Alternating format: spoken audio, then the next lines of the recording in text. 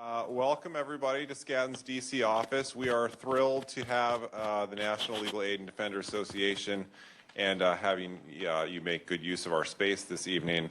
Public defenders in particular will always have a special place in my heart because my wife Liz Oyer was a federal public defender in Baltimore, Maryland for almost 10 years.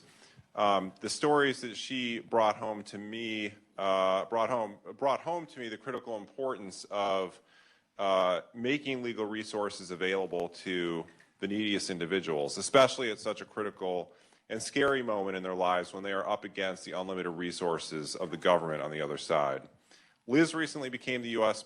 pardon attorney, and in that position, I see the enormous number of petitions that are pending and the new ones that are filed each day, and it really just underscores the dimension of the need for public defenders, legal aid attorneys, and others who provide free legal services to those who need it. And so it's been my personal mission at Skadden to help contribute to that effort. And while we're proud of our record of providing pro bono legal services, we're also very grateful to legal aid organizations that work with us to identify the most pressing public interest needs. Over the last 10 years, I'll boast a little bit about Skadden's efforts in this space. Skadden has provided more than 2 million hours of pro bono services to clients. Some highlights include a representation of 17 clients who were subjected to excessive police force attending a protest in the Bronx. Before that, our firm successfully represented 25 incarcerated clients, achieved grants of clemency during the Obama administration. And one of our proudest roles of late is as a founding member of the law firm Anti-Racism Alliance. The LFAA leverages private bar resources to better support organizations like NLADA that have been at the forefront of such efforts for decades. More than 50 Skadden attorneys and staff are active members of LFAA working groups, which develop and expand members' knowledge of best practices in dismantling systemic racism in substantive legal areas such as access to justice, gun violence, immigration, philanthropy, public benefits, and taxes. So it's obvious from that work and from the experience that our attorneys have had that diversity, equity, and inclusion are integral to the work of advancing equal justice. And that's one of the things that's so compelling and makes me so proud to be hosting NLADA here tonight. As you know, the organization has advanced the causes of equal justice and anti-racism for more than 100 years.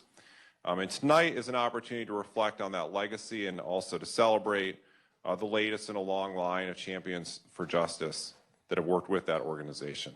So I'm really excited to have the opportunity to welcome everybody in here at Skadden, kick things off, and to that end, I'm going to introduce April Fraser-Camara, who will lead the rest of the evening's programming.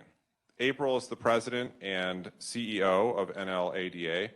During her first year in this role, which is not finished yet, she's already launched the NLADA Racial Equity Initiative. She's been a champion for equal justice her entire career, beginning as a public defender in her hometown of Memphis, and then continuing here in DC for the Public Defender Service, which I happen to know or have heard from many a DC PDS member is the best public defender service in the country.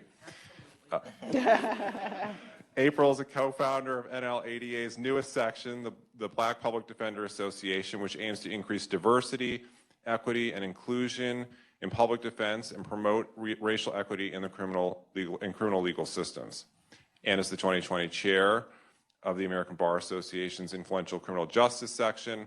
April led the adoption of important ABA policy on race equity and prosecution, raising the age for juvenile prosecutions, reparations, and abolition of private prisons, which is all very important work and policy goals. So we're very lucky to count her as a member of the DC community. Thrilled to have you here. It was really nice to meet you tonight, and I'm happy to introduce you or have you take things over from here and lead the rest of the proceedings this evening. Welcome. Thank you. So please join me in saying a special thank you to Jeff and the law firm of Skadden for this very gracious gift of hosting us on tonight. We are really, really excited on this evening to be hosting our second NLADA Courageous Leaders for Racial Equity celebration. Many of you may know last year we were virtual. And so for those who were able to join us for that first event, we're really excited to continue this tradition on tonight. I want to also tonight say thank you to other sponsors, specifically Legal Server, and also the NLADA Mutual Insurance Company. We are very grateful for your support, and your contributions allow us to be able to do the critical work that we do at NLADA. So again, welcome. Welcome to the second annual NLADA Courageous Leaders for Racial Equity celebration. As you may know, in November of 2021, NLADA launched the Racial Equity Initiative, which is a 3-year campaign to raise funds and equip our members with the much-needed resources they need in order to be able to advance anti-racist practices. Through our initiative, we focus on 3 key areas. Our first area of focus is on building transformational and courageous leaders. Our second focus is on assisting NLADA members in adopting and actualizing anti-racist practices. And third, our third focus is on exactly what we're doing tonight, leveraging our collective power between the private and public sector to address systemic racism and to advance access to justice, to advance the elimination of systemic racism and advance access to justice. So I'm really excited. I wanted to start out by sharing with you a few accomplishments that we've been able to realize in our first year of the Racial Equity Initiative. During our first quarter, we were very excited to welcome our new Racial Equity Director, Carrie Nash. Carrie, can you wave at everyone? And also during the first quarter, we launched our listening tour to really listen to the members of NLADA and also our partners to identify what area of focus that we should have in our first year. And what we heard from our private partners, civil legal aid attorneys, public defenders, and directly impacted communities is that they wanted more support around diversity, equity, and inclusion.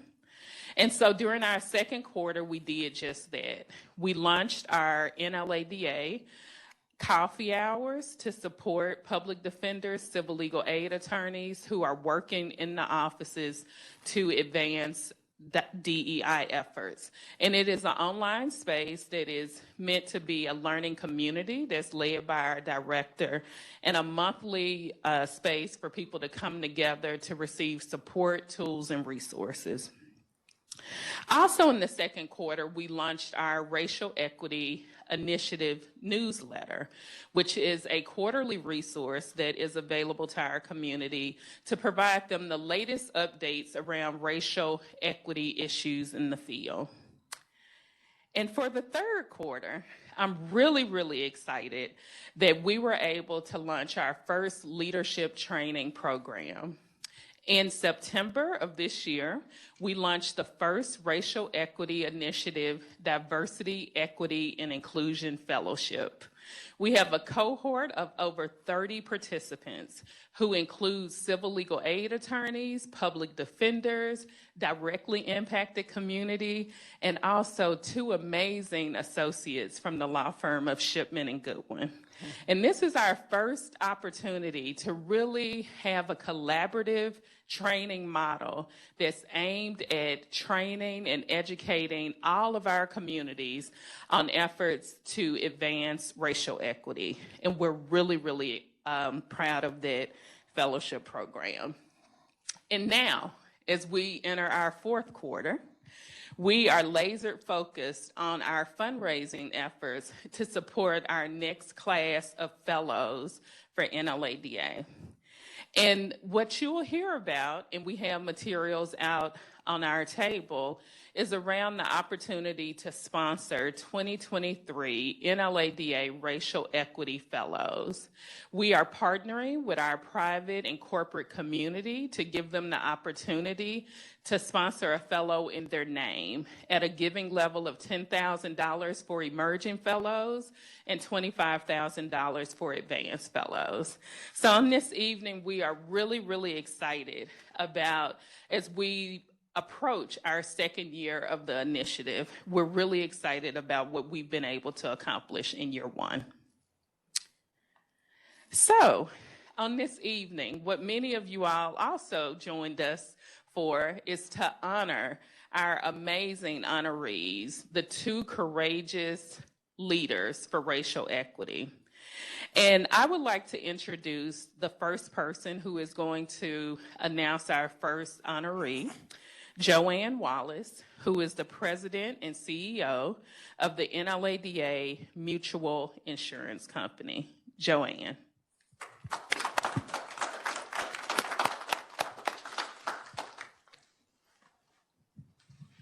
Thank you, April, and good evening, everyone. I am very excited to be here for numerous reasons this evening. The first is that this week, the NLADA Insurance Program will launch the NLADA Mutual Insurance Company, a risk retention group. This evolved version of the insurance program, NLADA Mutual, will be the only insurance provider exclusively dedicated to equipping the equal justice community of advocates with the protection they need to courageously and confidently advance justice and expand equity and opportunity for all. So it is exciting and fitting that I'm here tonight on behalf of the NLADA Insurance Program, soon to be NLADA Mutual. Mutual means that it's owned by the equal justice insured policyholders that will be covered, and that all net proceeds will remain in the equal justice community, by the way. So it's fitting that I'm here tonight on behalf of the NLADA Insurance Program, NLADA Mutual, to honor those who demonstrate courage in advancing justice and expanding equity and opportunity. Dr. Marvin Carr is the honoree, one of our honorees tonight. He is being honored for the sum of his work inside government, with the nonprofit community, and with the private sector to advance equity and justice. Dr. Carr is the director of the Center for Racial Equity at Walmart. Dr. Carr has been a friend to our community for a very long time and has been advancing racial equity from numerous platforms and positions. During the Obama administration, he served as policy advisor to the U.S. Chief Technology Officer, where he has helped the president, helped establish the president's My Brother's Keeper STEM program initiative. At the Institute of Museum and Library Sciences, where he worked with the private sector to address racial inequities through the development of a program management of community engagement initiatives, evaluations, data analysis, and other projects. And in his current role as director of Walmart Center for Racial Equity, where he has quickly become one of the most notable philanthropic leaders supporting projects across the country that work to advance racial equity. The NLADA community is very, very grateful for his support and confidence in NLADA and its newest affiliate, the Black Public Defenders Association, or BPDA. We have to have our acronyms here, as we lovingly refer to them, which the Walmart Center for Racial Equity is supporting in their efforts to expand the anti-racism training that you heard April speak about. Dr. Carr's commitment, combined with his analytical, research, and collaborative skills, are exactly what we need to move us forward on racial equity in a meaningful way in our country. And it is my distinct honor to present him with the 2022 NLADA Courageous Leaders Award.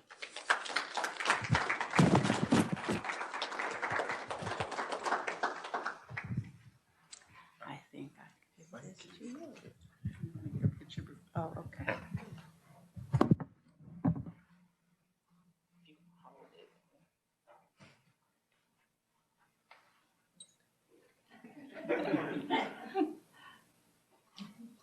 Social distancing. Okay.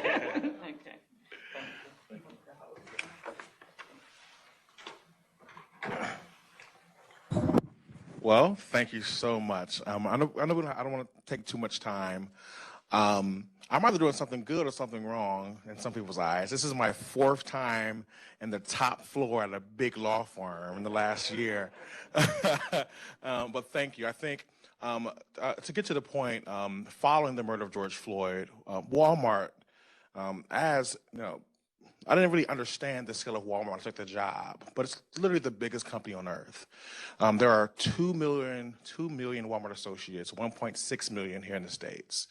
And what we have decided is very focused, how might we use our influence as the world's largest company, as the largest private employer of Black people in America, to address anti-Blackness and systemic racism, and to say that out loud.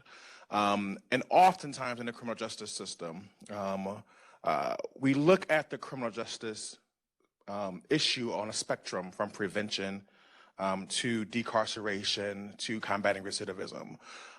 But as an impacted person from the communities that I come from, I know it's an insufficient lens. The criminal justice issue is a intergenerational, intercommunal cycle.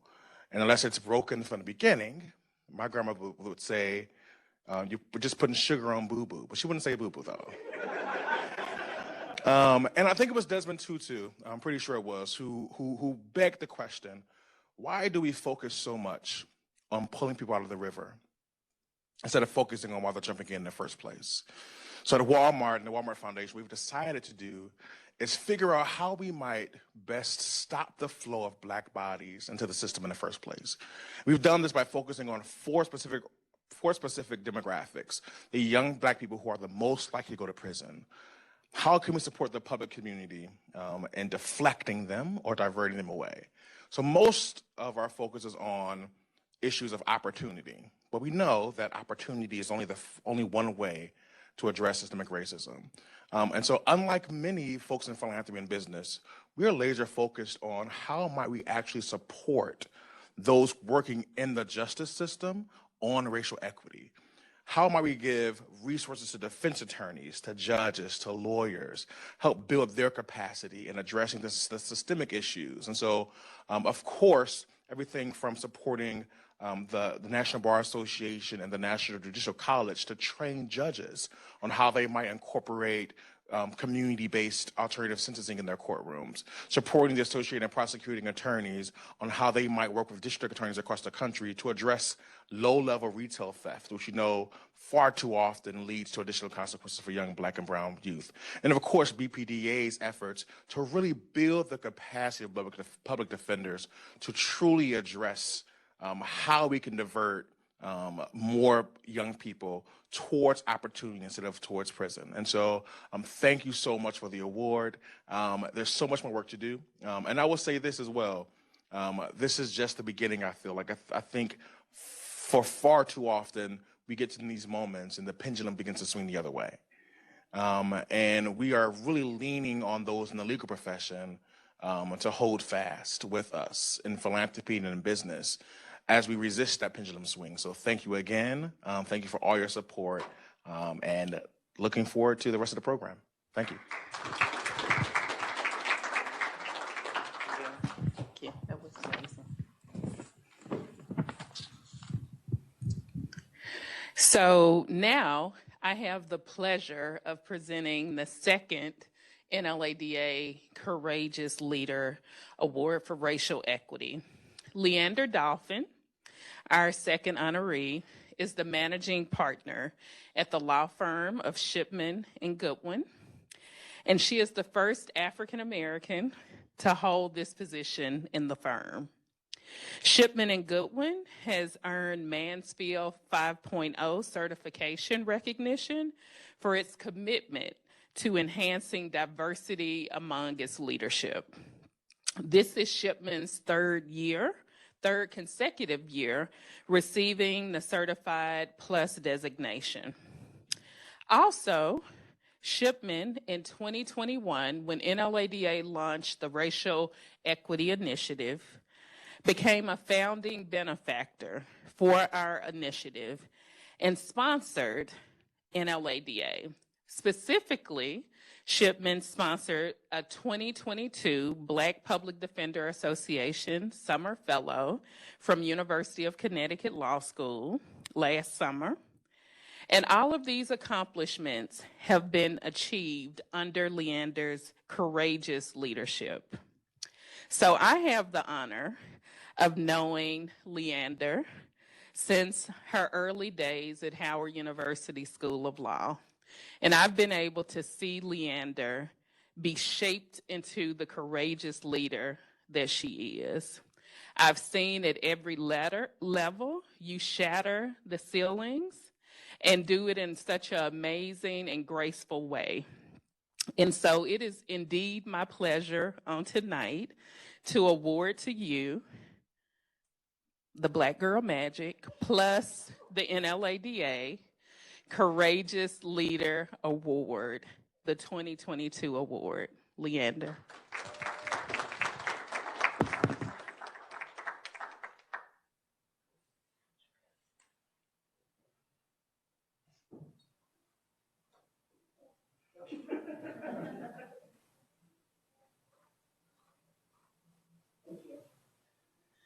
Okay, well, thank you very much, April.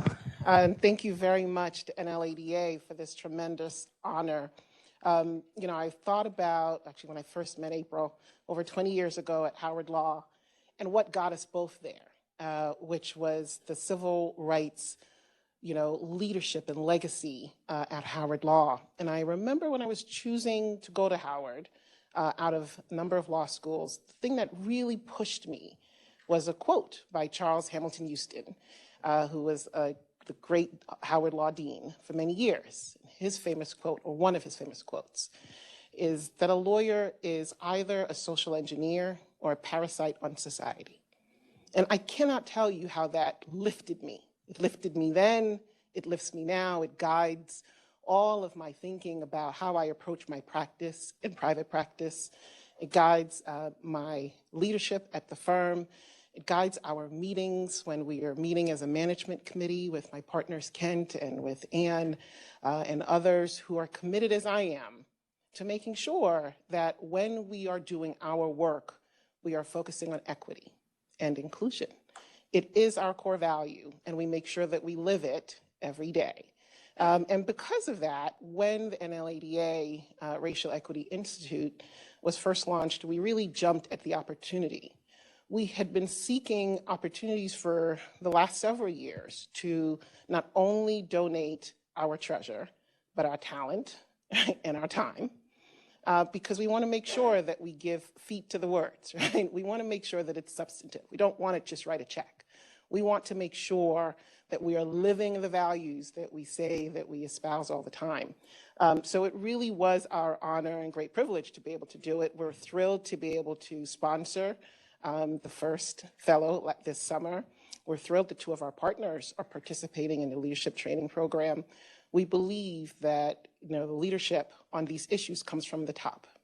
And so we make sure that we are good role models and that we lift other people as we rise, right? And that's really our commitment. I really thank you for this award. I thank you for the work that you're doing.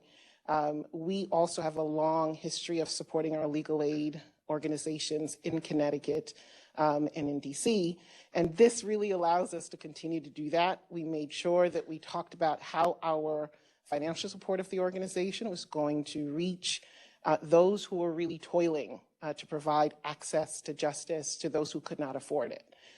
So when we talk about our commitment, we really hope that it is felt by NLADA and by those who are in need of the advocacy that legal aid organizations are providing.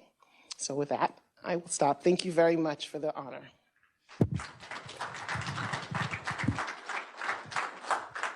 Thank you. It's yours. Okay, we're going to transition into the second part of our program, which is a panel discussion with our honorees. And I would like to first introduce my co-moderator, Christina. Christina is one of our partners, CAC partners through U.S. Bank.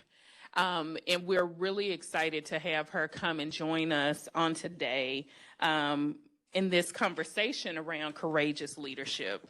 So as we were thinking specifically about the event, of course, we wanted to honor the amazing work of honorees, but we also wanted to have a conversation around exactly what does it mean to be a courageous leader. And so I'm really excited on this evening for us to engage in dialogue and conversation around courageous leadership. And I want to start out by giving a brief intro of Christina. Christina Regojo is Deputy General Counsel at U.S. Bank and leads the Legal Regulatory Group. Within U.S. Bank Law Division, she is the executive sponsor of the Equity and Racial Justice Council, which launched in the wake of the killing of George Floyd. Also, give me a second. She also is a leading member in the DEI work at U.S. Bank. And so on this evening, I'm very excited to have Christina join us in the conversation. So Christina, I'm going to turn it over to you. Sure. Is this on? Okay, now it's on. Well, first, congratulations to the honorees, very impressive honorees, and thank you so much for allowing me to join you in this conversation today, to you guys and April and NLADA. I guess our first question is, it takes courage to show leadership in the diversity, equity, and inclusion space and to remain committed to advancing DE&I. So our question is, can each of you share with us how you decided to make DE&I a focus of your career? You go ahead first. Oh, man. I feel like it happened so long ago, and I'll tell you exactly when. I was running Baltimore City's first after-school all-girls robotics program. I was running Baltimore City's first all-girls after-school robotics program, and my doctorate is in electrical and computer engineering, right? And so, why are you in philanthropy? It's a long story. But in that program, I was teaching little girls in middle school how to learn math using computers. And I remember this like it was yesterday, at the exact same moment. I don't know how many of y'all have had 7th grade girls in the classroom before, but I lost them all at the same time. And then one of them said, Mr. Marvin, what's badminton? It's like, what? And so all these girls got stuck and disconnected from the work because a word problem asked about parabolic motion using a sports analogy about badminton. And I soon realized that oftentimes in kind of software-based training for mathematics, they use sports analogies to describe things. And the inherent unconscious bias of software developers show up in software. And you can create racist and sexist software if you're not aware of that. And so my academic work switched from being hardcore engineering to truly understanding the role that our biases, cultural gender biases, play in negatively impacting the outcomes of young girls. And I realized that it's as important for me to, be an engineer as it is to create new engineers. And so that's how I got started in the work, by truly recognizing that we can engineer the biggest computers, the biggest spaceships in the world, but we can also engineer social change. So I loved your quote about engineering society, and it's truly the reason that one of the reasons that I've come into this work, and that is what introduced me to. That's how I ended up at the White House, based on that research, and I started to do policy in that space, and then it became philanthropy. So you know how it just goes; it just knocks you off your professional path so easily. So, Thank you. I think my mic does work. Okay, there you go. Usually I don't need a mic. And Ann will tell you that. I think I came to diversity, equity, and inclusion because of my perspective as an immigrant. I was born in St. Lucia, a very small island, very poor, and came to the United States when I was 8 to live with my mother, who was working as a housekeeper for a very wealthy family on Long Island.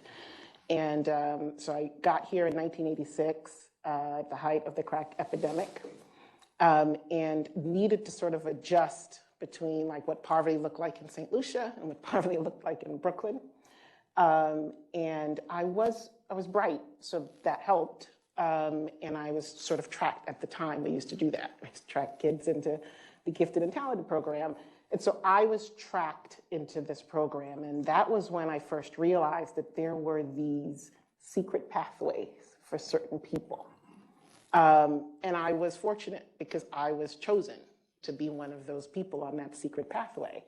And that's probably when I first realized that some people had and some people didn't. And that it was someone who I couldn't see who would sometimes decide. And I got a scholarship, not surprisingly, from a program called the A Better Chance program. I don't know if you've heard of it, it's the ABC program.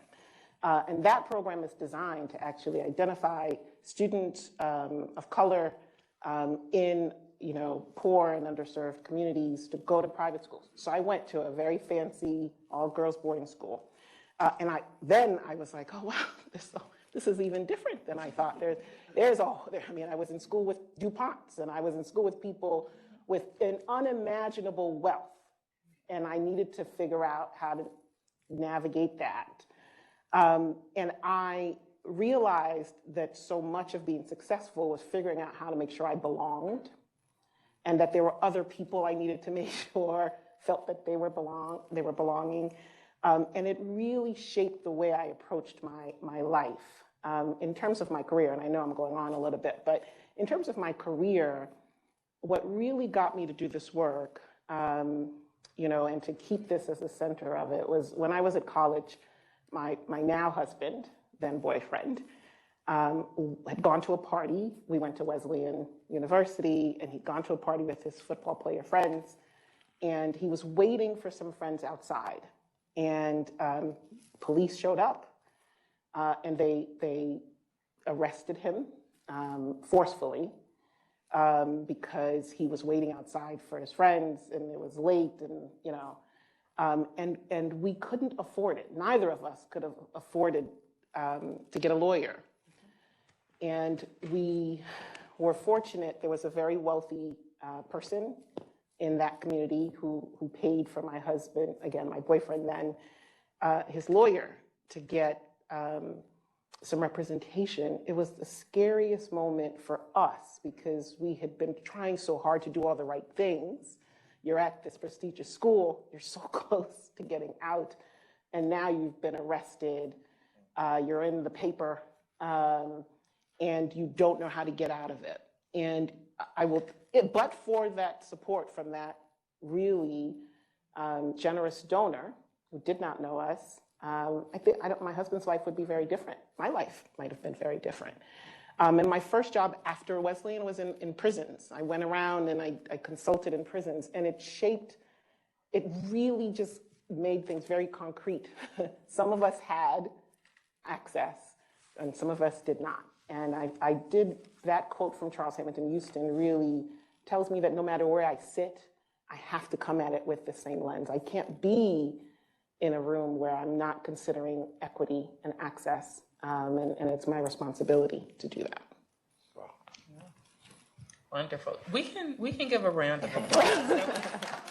Both. So my next question is around sustainability. So we all know in 2020 there was a awakening. Some people call it a reckoning after the very public killing of George Floyd. And so my question for Dr. Carr and Leander is really around how do we sustain the efforts? And Dr. Carr, you mentioned it around the pendulum swinging, but can you share how your organization or you personally, you're approaching this work in a way to make sure 20 and 30 and 40 years from now that the efforts that we make today are sustained? I'll share two pieces. The first, is this working better now? Good. Yep. I think it's good now.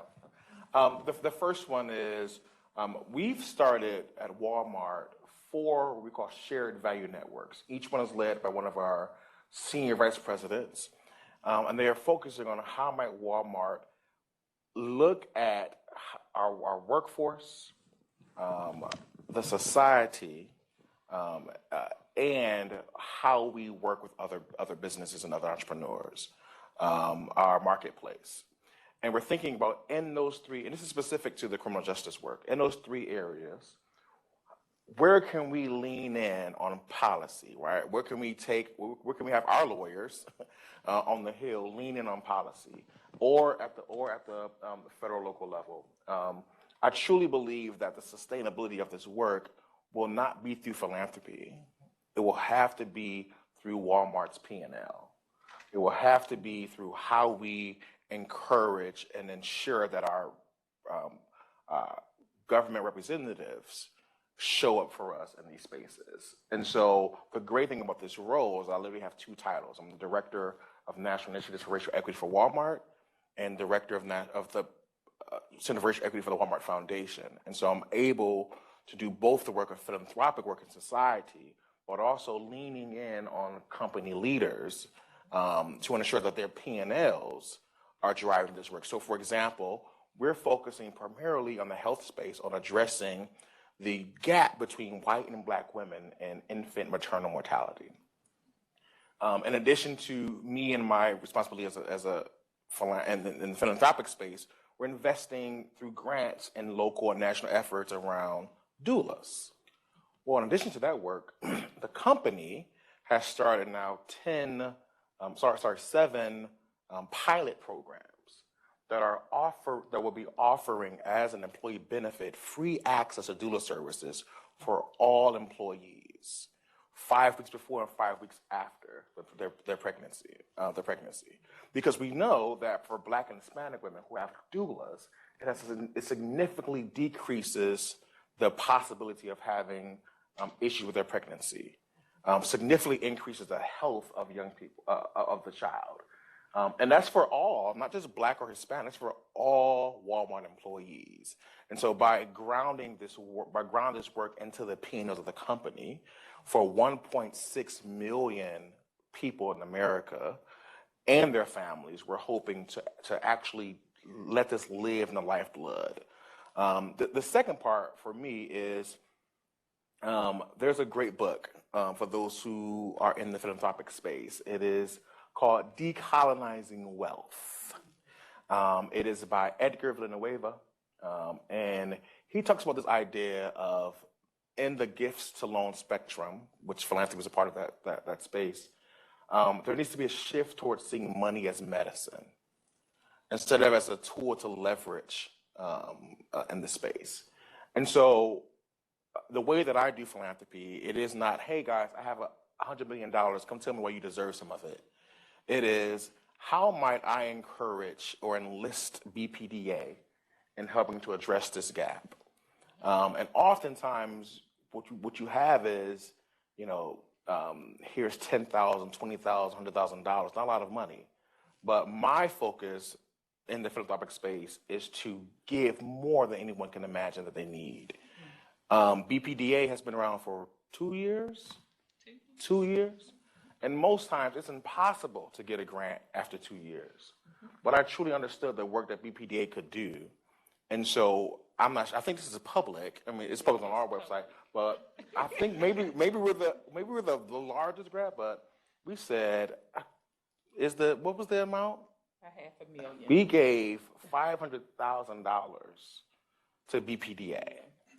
Right? Not because, and this is, yeah. And it's probably one of the largest gifts ever given in support of public defense. Mm-hmm. Why? Because it is important for the philanthropic sector and for the business sector to understand that you can't just give money for next week. Mm-hmm. Yes. You have to give money for 7 generations from now. And so that's how I think this focus and Walmart's unique and corporate philanthropy is unique. And so all foundations can't do that. But while I'm there, I'm going to. So. That's great. Congratulations to you. I don't know if anyone knows that April is a founding member of the Black Public Defenders Association, so I shout her out for that. But it's incredible work. We often talk at our firm about sustainability. It is something we spend a lot of time talking about. We talk about succession, and we talk about how can we make sure that our business survives us, right? So that it outlives us. And the way you do that is you sort of dig in to your people and you pass on the torch, and you pass on the values, and you pass on the work. We think that it is not good enough to just do it today. That you have to have a plan for what's going to happen next and what's going to happen next. And I think that applies to our diversity, equity, inclusion work as well. I think about the ways that we have tried to do that through our pro bono work in particular. There are lots of ways that inequity shows up in our system. It applies to women in domestic violence situations. It appears with transgendered youth who are of the most vulnerable of our populations, especially Black transgender youth. And we are doing work. We are the lead firm in Connecticut for GLAAD's transgender ID program. Because of that, it matters that we are showing up in that space because those people need the access, and they need to know that there are lawyers who are dedicating their time to help them do it safely, and to identify them and to give them the dignity that they deserve in life so that they can have as safe of a life as possible. We work with a lot of immigrant communities. We do certainly the standard visa work, but also advocacy in that regard. And I think earlier you talked, Jeff, a little bit about the pardon work that you're doing at Skadden, and we make sure that we're doing that work too. As I said, we don't want to just focus on the treasure, because the treasure matters because we need that for sustainability, but we're focusing on the time and the resources and making sure that we're giving our talents in that regard, and I think that'll really, it helps with the sustainability piece. The last thing I would say is that it is difficult work, and it is tiring work. And we experienced that with our Diversity, Equity, and Inclusion Committee, that there was some fatigue.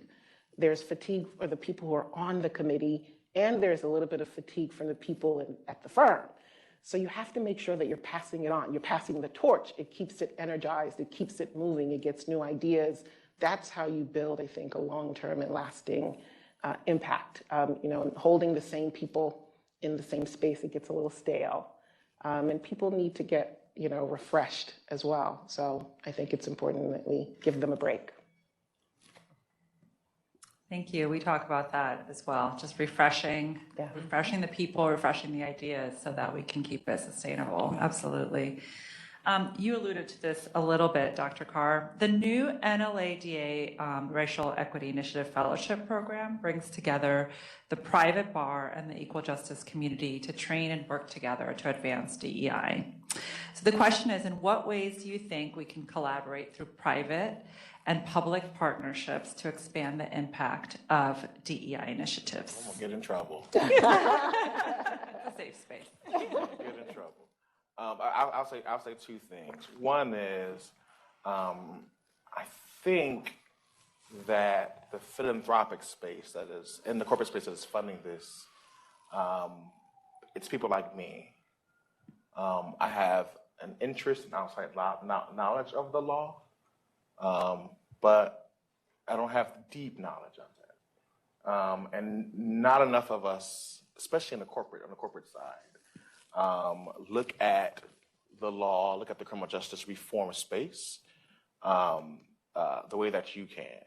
And so I think it's important for the legal profession to start to show up or force themselves into the rooms around the conversations. Because right now, the vast majority of conversations in criminal justice reform deal with police. And while addressing police bias is important, it doesn't solve the root cause of the problem, which exists in the law. And so I think that is what you all could be doing to support this space. Pressing the Walmarts and the large corporations of the world to focus on things that will actually make change, right? I'm a scholar in bias mitigation. I know that it does not work. It doesn't, right? There's no scientific evidence that bias mitigation works. What does work, though, is when it's done right, is the law. And I think that is the shift that needs to happen in the larger DEI racial equity space. So I'm supposed to get myself in trouble.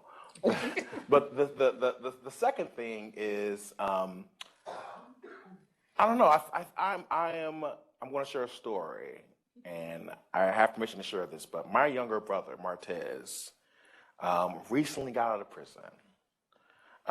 And so to be proximate to the work, and this was after I started this work, is so important. I don't think that the legal profession does enough work in addressing the need for public defense. There's no way. I'm the only person in my family who would have been able to support my brother with a lawyer. And thankfully, I have resources in the space, and so I knew some federal public defenders. But for me knowing that, he would still be in jail right now, and not with his children, not building his life. And so, I think it's really important to figure out how do we strengthen that. Is there an opportunity? There's a great opportunity through this grant from the Walmart Foundation to BPDA to build the capacity of public defense, to help public defenders get paid in a way that is appropriate, to help them get the type of skills and professional development they need to ensure that they're able to show up in the courtroom to support their clients. And so that's what I would say. Even if it is additional support from policymakers and leaning on corporations to use their lobbying to lean in on state and local and federal lobbymakers, I think that's an important focus area. So, yeah. I think that public-private partnerships are essential because they represent sort of the intersection of policy and practice, like what the lawmakers are doing and what we are living, right, are not always connected. And I think it is important to make sure those are the people in the room talking about the issues. I had an experience working on the Governor's Prevention Partnership in Connecticut for substance abuse. And that was a collection of folks from the nonprofit side, from the private sector side, corporate side, and also government. And what was great is we were united around what we were doing, right? The goal was to prevent and reduce substance abuse in youth in Connecticut, right? So when you have a common goal, and then you put all the people around the table who could sort of move and influence certain levers, I do think you get better progress. And I do think you have a better chance of success. I think what we're doing right now is not working, right? It's sort of, we're on parallel, but not always parallel paths. And I do think that the public-private partnership is essential to us eradicating racism and ensuring access and equity. Well, actually, that question leads us into our final question for our honorees on tonight.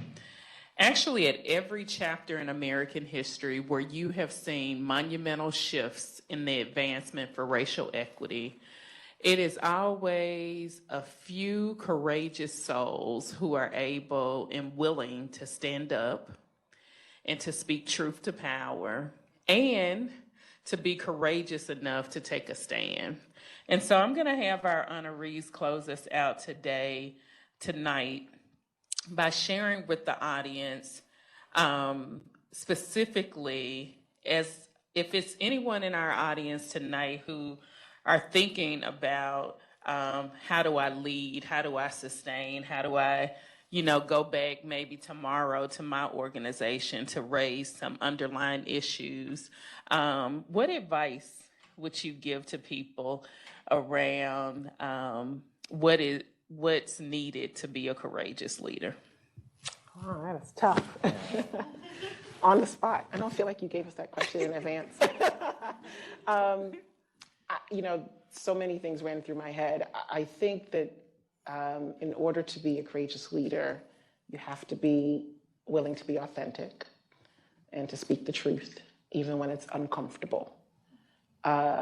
And when you are in a Black body, sometimes that's harder to do, especially when you're in a predominantly white space. So it does take courage to sort of stand in your own shoes, be who you are, and have uncomfortable conversations that need to be had. In spite of that, I think it's important that we do have those uncomfortable conversations, move from casting blame or aspersions, and move towards action and remediation, and planning. I have found that to be the most successful, right? I do think that most people, not all, but most people, start with good intentions. And somewhere along the way, those good intentions are corrupted or whatever happens. And then there are bad results, and you have to be able to come back from that. So I think that being a courageous leader is making sure that you are leading through that with grace, if you're letting people make mistakes, that there is a path for redemption, that you're, working together towards the common goal. There are some things that are non-negotiable, so you have to stay on those, right? I think that's important to have, but the other parts, the how, the grace, I think those things you can get through, and I think you get more and further with that style of leadership. And then I'd say, anytime people talk about courage, I always think, people must think that means you have to be brave or you have no fear. And I think that it's the opposite, that you are doing it in spite of fear, because I think that acknowledging that there is fear, that there's risk, that there's loss, that you could lose your job or you could lose your position or your status or all the things, that you do it in spite of that. And that makes you courageous. So that's why you're a 2022 NLADA Courageous Leader honoree. Dr. Carr? I don't remember that question either. So. It's an April question. I'm going to say, it's going to be super corny, but super Marvin-y. But I'm going to say love. I don't think love gets enough shout outs these days. And I do what I do every day. And I'll keep it home because I love my nieces and nephews. And I love young people. I love my mama. I love my brother. And there's so much good and righteousness runs through love. Everything that's wrong with the world, I think, is because of a gap in love. Everything that's wrong with the criminal justice system is a gap in love. And I feel like if we can center that in all that we do, that'll just make the world so much better. And I feel like the love that we do have and do share, the reason that love makes you courageous, because love makes you do some crazy things. It does. Right? Right? And I think about, you know, a mother protecting their child, right? And we do all those things. And like that is how you're courageous. Philanthropy literally means love for humanity. That's the etymology of the word philanthropy. And I hope that we all see philanthropy in all of us. And so, yeah, I'll leave it at that. What a beautiful closeout. Can we give... So on tonight, I would like to say again, thank you to our honorees. Also, thank you, Christina, for co-moderating this very rich and thoughtful discussion. Again, thank you to our sponsors on this evening, Legal Server and NLADA Mutual. And so now is the fun part. We are going to celebrate. We have food in the lobby and drinks in the back. And also the rooftop is open for those courageous souls who want to weather the temperature. So again, thank you for coming and let's celebrate.